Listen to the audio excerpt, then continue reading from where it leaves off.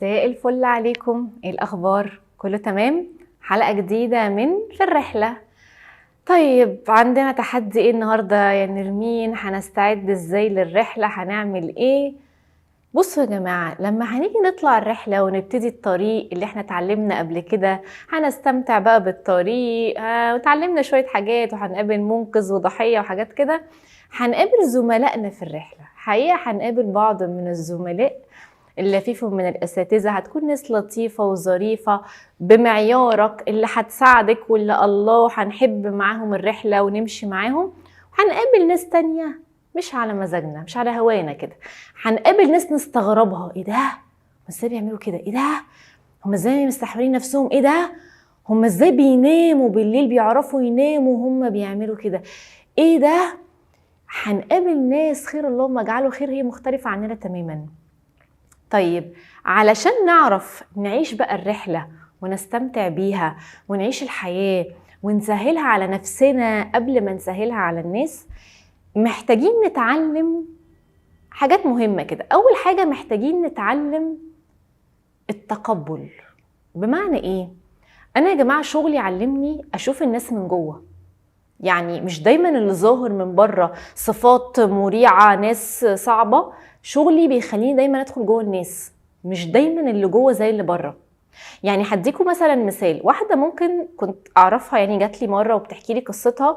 هي بنوتة صغيرة زي القمر، اتجوزت بدري صغيرة، جوزها بهدلها، شافت صعوبات رهيبة، اتطلقت منه، قررت بعدها تنزل تشتغل. هي صغيرة وحلوة وجميلة وعارفة، عندها قناعة ان المجتمع لا يرحم المطلقة، وان لازم بقى حدود وتصرفاتي. فلما نزلت تشتغل حاطة حدود جامدة جدا في الشغل، تتعاملش مع اي حد من الرجالة، خايفة بقى تهزر تعمل حد يقول عليها بقى ست مش كويسة، خايفة تقرب من البنات لان هي مش عايز تحكي قصتها لحد ووجعها، عندها insecurities، بقت خلاص فاقدة الثقة من ناس كانت قريبة منها تخلت عنها، قصة كده كبيرة.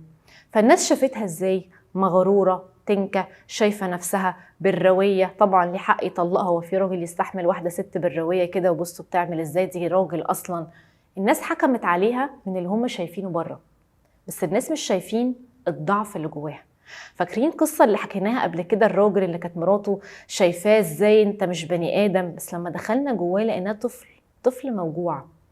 اذا تعالوا نتعلم، بلاش في الرحلة نضيع طاقتنا ووقتنا ونرهق نفسنا في ان احنا نمشي نستغرب ايه ده، ونتعجب ايه ده بيعملوا كده، ايه ده ناس وحشة وحوش، ايه ده ازاي. نتعلم ان الحكم الا لله، الله اعلم باللي جواه، الله اعلم بنيته، الله اعلم هو فعلا بيعمل كده من دافع الشر ولا من دافع الجهل، ولا من ان هو ما عندوش وعي، ولا ان هو مكسور وموجوع، الله اعلم. فبلاش نحط نفسنا في حتة بترهقنا ونقعد نتكلم عن الناس ونجيب في الناس ونصدر احكام عن الناس، وكل ده من طاقتنا احنا. فاكرين لما قلنا الازازة؟ كل يوم ربنا بيديك عمر، بيديك ازازة طاقة. انت بدل ما بتروح توظفها على حلمك، على هدفك، على انك تتحدى ظروفك، على انك تبقى اقوى، بتروح تهدرها على الناس. شفت يا عم فلان، شفت يا عم بيعملوا ايه، شفت يا عم فلانة، شفت. خلصت الطاقة، فتلاقي نفسك مش قادر، عايز تنام ومكسر ومدغدغ ومش عايز اشتغل وماليش نفس اعمل، عشان انت مش عارف توظف طاقتك، عشان انت بتوظفي طاقتك على الكلام على اصحابك وعلى الناس وعلى حماتك وعلى مين عملت ومين سوت. ان الحكم الا لله. مش بقول لكم ان احنا مش هنتضايق، تاني احنا بشر لازم هنتضايق، بس لازم نفرق بين حاجة مهمة جدا يا جماعة. قرصة التعبان مش بتموت، اللي بيموت السم اللي التعبان بيحطه جوه جسمك، لكن القرصة نفسها ما بتموتش. اذا لما اكيد هنتعامل مع زملائنا في الرحلة، اكيد ممكن يعملوا حاجات تضايقنا، طبعا هنتضايق، احنا مش روبوتس يعني. ولكن في فرق بين ان انا اتضايق وفرق بين ان انا اتسم. لما انا باخد الفعل وقفت عند المضايقه وقعدت اتعامل واتعلم ازاي اتعامل مع مشاعري السلبيه، مع الافكار، مع الموقف، تمام، واحتوي وان الحكم واتقبل المي الطبيعي، غير لما اتسم فافضل بقى عماله ازاي وهري وانكت في نفسي، وازاي تعمل كده، وازاي هو يعمل، وازاي. هنا انا مش اتضايقت، انا اتسميت، انا خدت الفعل وخدت الكلام وقعدت امشي جوه جسمي وجوه اعصابي وجوه النيرفس سيستم بتاعي، وحرقت دمي وفورت دمي وما نمتش بالليل. لا، هنا بقى احنا مش في المرحله الطبيعيه بتاعت احنا بشر وهنتضايق، لا انت اتسميتي يا حلوه. يبقى احنا عايزين نبقى بنطلب من نفسنا طلب واقعي، احنا مش حيطان يعني هنزعل، ولكن الزعل لازم ياخد حجمه ومقداره، ونتعلم ازاي هنتعامل معاه ونحتويه، ونتقبل ان الناس مش احنا، تجاربها مش زي تجاربنا، وألمها مش زي ألمنا، ونظرتها للحياة غيرنا. فده يخلينا نمشي في حالنا. والله قابلنا ناس تمام معانا، اهلا بكم على متن الطائرة، ادينا ماشيين مع بعض. والله قابلنا ناس مختلفين عننا، شكرا والله خلاص يلا كل واحد فينا من طريق، خلاص تمام انتم مضطرين تنورونا معانا على قد ما بقدر. بدل ما انا رفضاكوا وشايفاكوا وحشين، هفكر نفسي انا مش شايفاهم من جوه، ان الحكم الا لله. والله هم فعلا وحشين من جوه، ربنا في الاخر هيبقى ليه هو العقوبة والجزاء بتاعته. والله هم من جوه ناس كويسة ومش زي من بره، يبقى انا حميت نفسي من ذنب ان انا اكون ظلمتهم واكون افتريت عليهم. يبقى مهم قوي ادرب نفسي ما اصدرش احكام، ان انا احاول ان انا اتقبل الناس دي على قد ما انا اقدر، وفي نفس الوقت ان انا ما ضيعش طاقتي في التركيز معاهم. وحاجة اخيرة عايزة اقولها لكم، الناس دي تاني ممكن تكون معلم ليك. فاكرين لما قلنا مفيش حد بيجي في حياتك صدفة؟ كل شخص ظهر في حياتك جاي يديك رسالة، ربنا عارف انك عايز تسمعها دلوقتي، درس عايز تتعلمه دلوقتي، انت دلوقتي جاهز انك تاخد الدرس ده. اذن الناس اللي بقابلها في حياتي هم جايين لي لسبب، جايين يعلموني حاجة.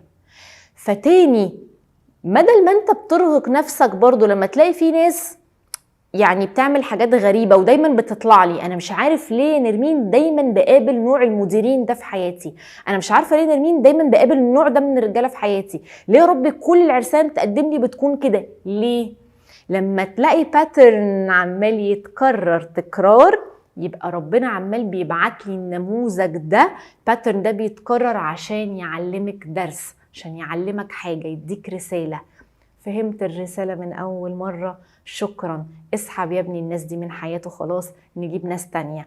لا والله ابننا مش عايز يفهم الدرس، لا والله بنتنا معصلجة معانا مش عايز تفهم الدرس، شكرا، يلا نعيد نبعت لها تاني، يلا هو نفس ذات نفسه راجل بنفس المواصفات لكن اسم مختلف وشكل مختلف، يلا نبعت له مدير تاني نفس القصة ولكن في ظروف وبيئة عمل مختلفة، لحد ما ان شاء الله يا الله يا ولي الصابرين كده على رأي محمد صبحي ان شاء الله ابننا هيتعلم.